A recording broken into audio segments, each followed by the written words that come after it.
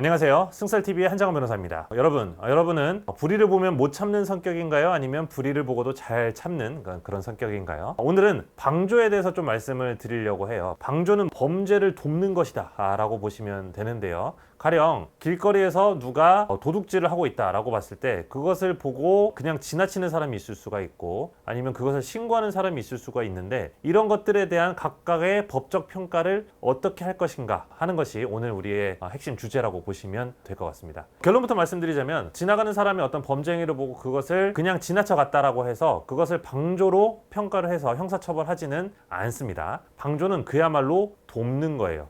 돕는 건데, 그 돕는 것에도 유형과 요건 같은 것들이 있기 때문에 오늘 그것을 말씀드리려고 하는 거예요. 방조는 말 그대로 범죄 행위를 돕는 것입니다. 범죄 행위 자체에 적극적으로 가담을 하게 되면 그때는 공동 정범이 돼서 그냥 일반적인 정범으로서 형사처벌을 받게 되는 거예요. 그래서 이 구별이 조금 애매할 수가 있거든요. 상황에 따라서는 이 돕는 것만으로 실질적으로 이 범죄 행위 전체에 가담했다라고 볼 수가 있기 때문에 어떤 때는 방조가 되고 어떤 때는 공동 정범이 되는지를 구별하는 것은 굉장히 중요한 문제 중에 하나입니다. 또 이 방조의 경우에는 일반 공동 정범, 이 정범보다는 필요적으로 형을 감경하도록 그렇게 되어 있기 때문에 실질적인 형사처벌의 양의 문제에 있어서도 굉장히 차이가 큰 문제거든요. 이 방조죄가 성립되는 요건은 실질적으로는 이론적으로 요거 이런 요건이 필요하다, 이런 점보다도 대법원 판례 이론을 중심으로 각각 케이스에 맞는 그런 사안들을 중심으로 좀 형성이 되어 있는 것 같아요. 그래서 오늘은 유형 몇 가지를 놓고 여러분들께 사례를 조금 소개시켜 드리는 식으로 정리를 해보도록 하겠습니다.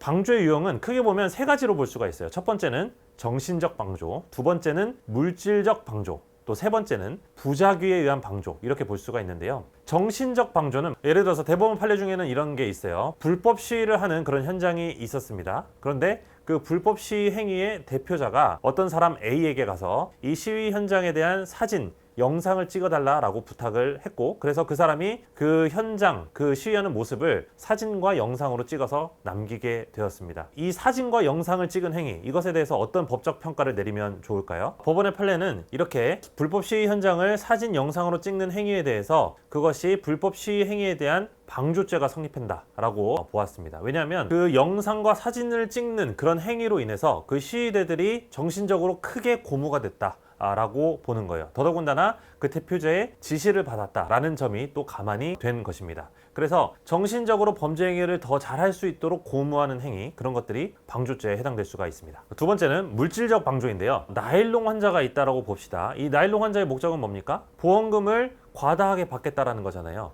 그런데 의사가 그 사실을 알고 있어요. 이 사람은 나일론 환자다. 다만 보험금을 어떻게 수령하려는, 편취하려는 그런 목적을 갖고 있다는 점을 인지를 하고 그 사람에게 과장된 허위의 어떤 진단서를 끊어준 행위, 이것이 보험금 편취 사기 행위에 대한 방조죄가 해당되느냐 라는 것이 문제가 된 그런 사건이 있었는데, 우리나라 법원에서는 이런 경우에도 사기 방조죄가 성립된다라고 보았습니다. 말하자면 물질적으로 이런 입원 확인서를 작성을 해줬다, 이런 것들이 방조 행위로 평가가 되었다는 거예요. 또 예를 들어서 운전면허가 없는 사람한테 자동차를 제공을 해가지고 운전을 하도록 했다라고 하게 되면 이런 경우에도 물질적으로 자동차를 제공한 행위 자체가 무면허 운전 방조다라고 보는 것이 우리나라 법원의 판례입니다. 세 번째는 부작위에 의한 방조인데요. 아까 제가 범죄 행위를 그냥 목격하고도 지나친 것만으로는 형사처벌을 받지 않는다라고 말씀드리긴 했는데, 이게 꼭 그런 것은 아닙니다. 왜냐하면 이 범죄 행위에 대해서 발견하고 또 그것을 방지해야 될 의무가 있는 사람, 이런 사람을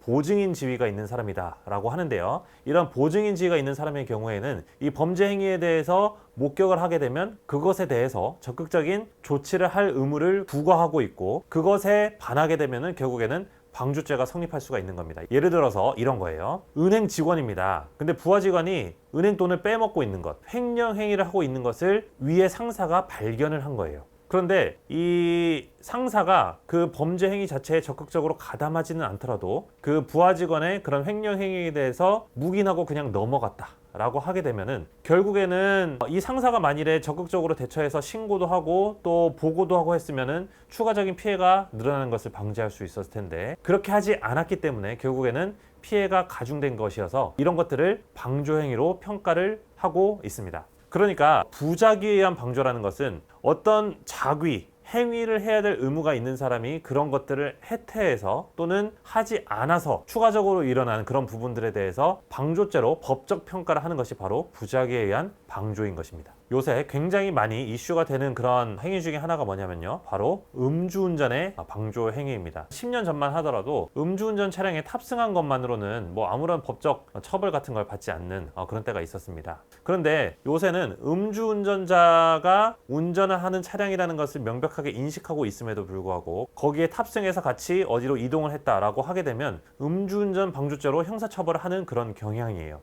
말하자면 이런 것들은 뭐 정신적 방조에 해당된다고 볼 수가 있겠죠. 옆에 동승을 함으로써 음주운전 행위를 더 잘할 수 있도록 정신적으로 고무를 시켰다라고 보는 것이죠.